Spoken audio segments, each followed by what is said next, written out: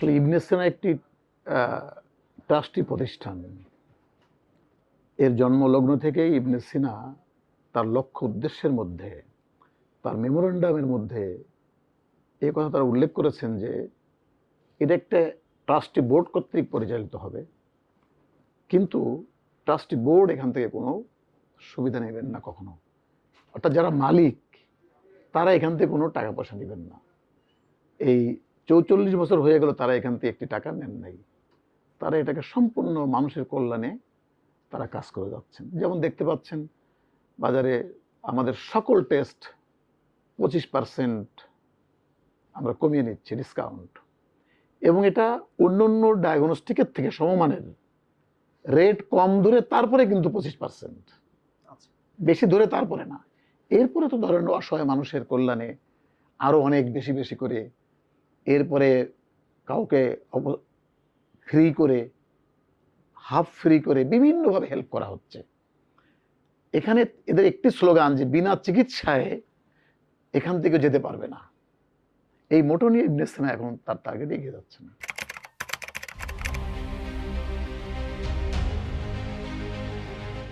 আমাদের জুলাই মাসে যখন থেকে আমাদের এই তরুণ ছাত্র সমাজ তথা দেশের সাধারণ জনগণ যে আন্দোলন করে আসছিলেন, তো এক পর্যায়ে তাদের উপরে যে নির্মমতা, নির্যাতন যেগুলো চলছিল, বিশেষ করে এখানে বড় যেটা হচ্ছিল সেটা হলো যে বুলেট ব্যবহার হচ্ছিল, লাইভ ফায়ারিং এবং তরচাজা বুলেট। আগে একসময় সাররা গুলি মারতো পুলিশ, কিন্তু এরপরে আমরা দেখেছি আমাদের কাছে যখন রুগী আসতে লাগলো সে জুলাই 18 তারিখ থেকে বিশেষ করে, সেটা একটা ভয়াবহ দৃশ্য।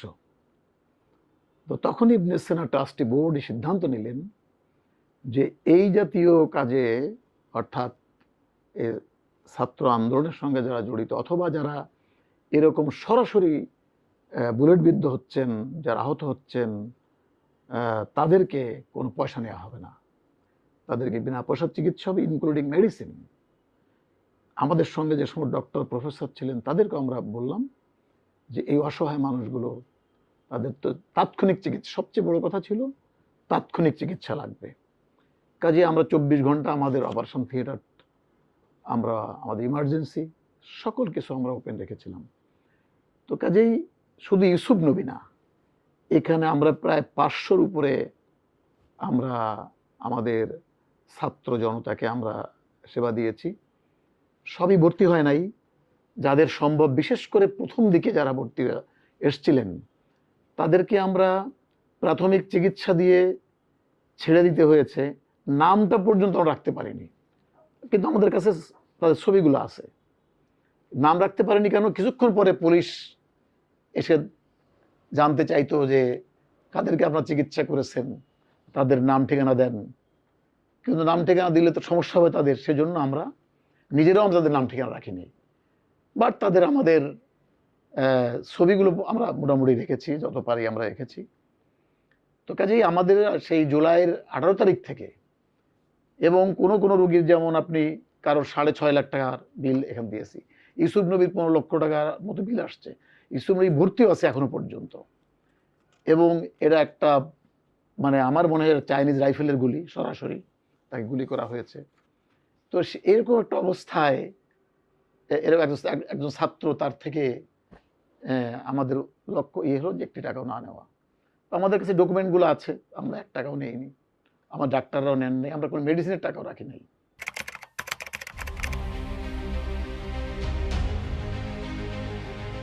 আপনি খুবই গুরুত্বপূর্ণ একটি কথা বলেছেন। আপনি জানেন যে বিগত একটা প্রায় 1.5 যুগ ধরে আসলে তো মানুষের এই স্বাভাবিক কথা বলার অবস্থা ছিল না। প্রথম দিকে যখন রোগীগুলো আসতে লাগলো তখন পুলিশ প্রথমে এসে আমাদের শাসায় গেল যে এদেরকে চিকিৎসা দেওয়া যাবে না, যারা আহত হয়ে আসবে, গুলি খেয়ে আসবে, তাদের চিকিৎসা দেওয়া যাবে না। তারা, এবং এই 2-3 ঘন্টা পর পর তারা এসে জানতে চাইতো যে আমরা কাদের চিকিৎসা দিয়েছি। কিন্তু তাদেরকে আমরা লুকিয়ে লুকিয়ে আমরা চিকিৎসা দিয়েছি, বিভিন্ন রুমে নিয়ে আমরা অপারেশন থিয়েটারের ভিতরে ঢুকাইয়া ইমার্জেন্সিতে কাউকে রেখে আমরা চিকিৎসা দিয়েছি। সবচেয়ে কাজটা কঠিন ছিল, বিশেষ করে তখন আওয়ামী লীগের রাজনৈতিক অফিস ছিল তিনেরে ধানমন্ডি, এখানে আসলে সবচেয়ে বেশি ছেলেরা গুলিবিদ্ধ হয়েছে, আহত হয়েছে। ধানমন্ডি 27 নাম্বার, এটা আমাদের একেবারেই পাশে, এখান থেকে প্রচুর গুলিবিদ্ধ হয়েছে। কিন্তু পুলিশের ব্যারিকেড ছিল সকল দিক দিয়া, ছেলেরা বিভিন্ন দিক দিয়ে লুকায় লুকায় যা পারছে আসছে, এবং আমরাই চিকিৎসা দিচ্ছি। আমাদেরকে বারবার থ্রেট দেওয়া হয়েছে থানা থেকে, তারপরে তিনের থেকে, রাজনৈতিক অফিস থেকে, প্রধানমন্ত্রীর অফিসের থেকে, সেখান থেকে আমাদেরকে বলা হচ্ছে আপনারা চিকিৎসা দিচ্ছেন, আপনাদের ব্যবস্থা নেওয়া হবে। এক পর্যায়ে পুলিশ এসে আমাদের এখানে এসে একদিন অভিযান চালিয়ে আমাদের এখান থেকে ডিউটির অবস্থা আমাদের স্টাফদেরকে ধরে নিয়ে গেল।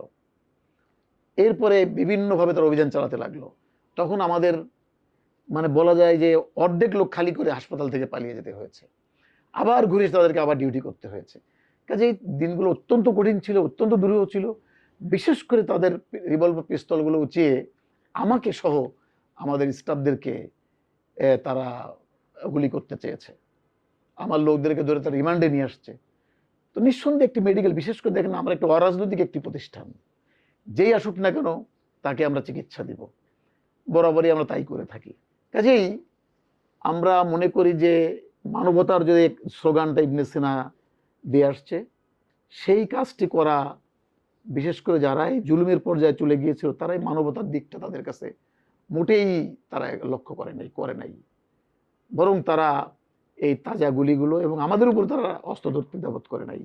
তো নিঃসন্দেহে এই সময় আমাদের ডক্টর, আমাদের নার্সেস যারা ছিল, আমরা যারা অ্যাডমিনিস্ট্রেটিভ স্টাফ ছিলাম, অনেক কঠিন হয়েছে আমাদেরকে, তারপরেও আমরা আলহামদুলিল্লাহ আমাদের সেবা আমরা দিয়ে গেছি।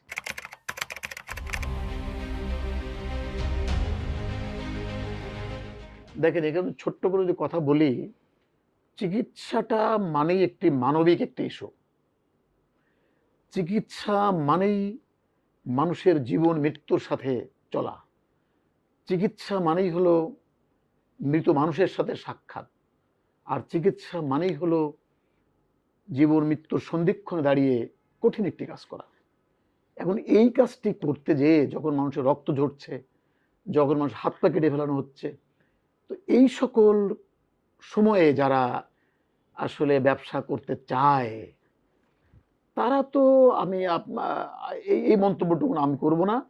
তারা কতটা মানবিক কতটা অমানবিক এটা আপনারা যারা জাতির বিবেক এবং এই দেশবাসী তারাই এটা বলবে। তবে ইবনে সিনা তারা যেটা বলেছে, তাদের মেমোরেন্ডামে আছে, বিনা চিকিৎসাকেও যেতে পারবে না। আর যার জন্য ইবনে সিনা তার এই আয়ের খাতটাকে মানুষের কল্যাণে ব্যয় করছেন, এর উন্নয়নে ব্যয় করছেন, কোনরূপে একটি টাকাও তারা এখান থেকে নিচ্ছেন না। যদি যারা মালিক, তারা নিজেদেরকে মালিক বলেন না, তারা বলে আমরা এটার খাদেম, তারা যদি এখান থেকে কিছু টাকা করে নিতেন তাহলে 44 বছর কোটি কোটি টাকা নিতে পারতেন। একটি টাকাও তারা এখান থেকে নেন নাই। তাহলে কি করেছেন? এই টাকাটি মানুষের কল্যাণে ব্যয় হচ্ছে। যার জন্য বিশেষ করে ইবনে সিনা নিম্ন মধ্যবিত্ত থেকে শুরু করে এই শ্রেণীর মানুষের চিকিৎসাটা বেশি করতে পারছে। ধানমন্ডির মতো জায়গায়, একটি কস্টলি জায়গায়, কিন্তু তারা তাদের এই লক্ষ্য উদ্দেশ্য সর্বোপরি মানবতার কল্যাণ করে স্রষ্টার সান্নিধ্য পেতে হবে, এটা ইবনে সিনার মানুষ কর্তৃপক্ষ এটা মনে করেন। আর বড় কথা হলো যে বিবেকের কাছে দায়বদ্ধতা, সবচেয়ে বড় কথা এটা। তো শুরু থেকে ইবনে সিনা কর্তৃপক্ষ এই কাজটি করেছে। আমরা যারা এখানে আসলে চাকরি করছি, আমাদের A to Z স্টাফরা এই চিন্তা চেতনা ধ্যান ধারণা নিয়ে তারা কিন্তু সবসময় চিকিৎসা ব্যবস্থা, হোক সে হিন্দু, বৌদ্ধ, খ্রিস্টান, যে কোনো দলমত নির্বিশেষে, কারণ রক্ত তো সবারই সমান, সবারই ভিতরে লাল। কাজে এইখানে আমরা ওই সাইডটা আমরা কখনো জিজ্ঞেস করি না, ভাই তোমার নাম কি। আমরা যে জানতে চাই তিনি একটি মানুষ এবং সে মানুষটির সহযোগিতা করতে হবে, এটাই আমাদের কাছে সবচেয়ে বড়। ধর্ম বলেন, কর্ম বলেন, এটাকে ইবনে সিনা সবচেয়ে বড় করে দেখে। ধন্যবাদ আপনার মিডিয়াকে, যারা জাতির কল্যাণে কাজ করছেন। আমরা আশা করি যে, তবে একটি কথা আপনি বলতে চেয়েছিলেন যে হ্যাঁ, অন্যান্যদের কাছে মেসেজ ঠিক একইভাবে যে অন্যান্য প্রাইভেট প্রতিষ্ঠানগুলো যারা আছে, তবে এবার সরকারি প্রতিষ্ঠান কিন্তু নিঃসন্দেহে বড় কাজ করেছে। অনেক প্রাইভেট প্রতিষ্ঠানও করেছে, যারা ভিতরে ব্যবসা করছে তারা ভালো কাজটি করে নাই।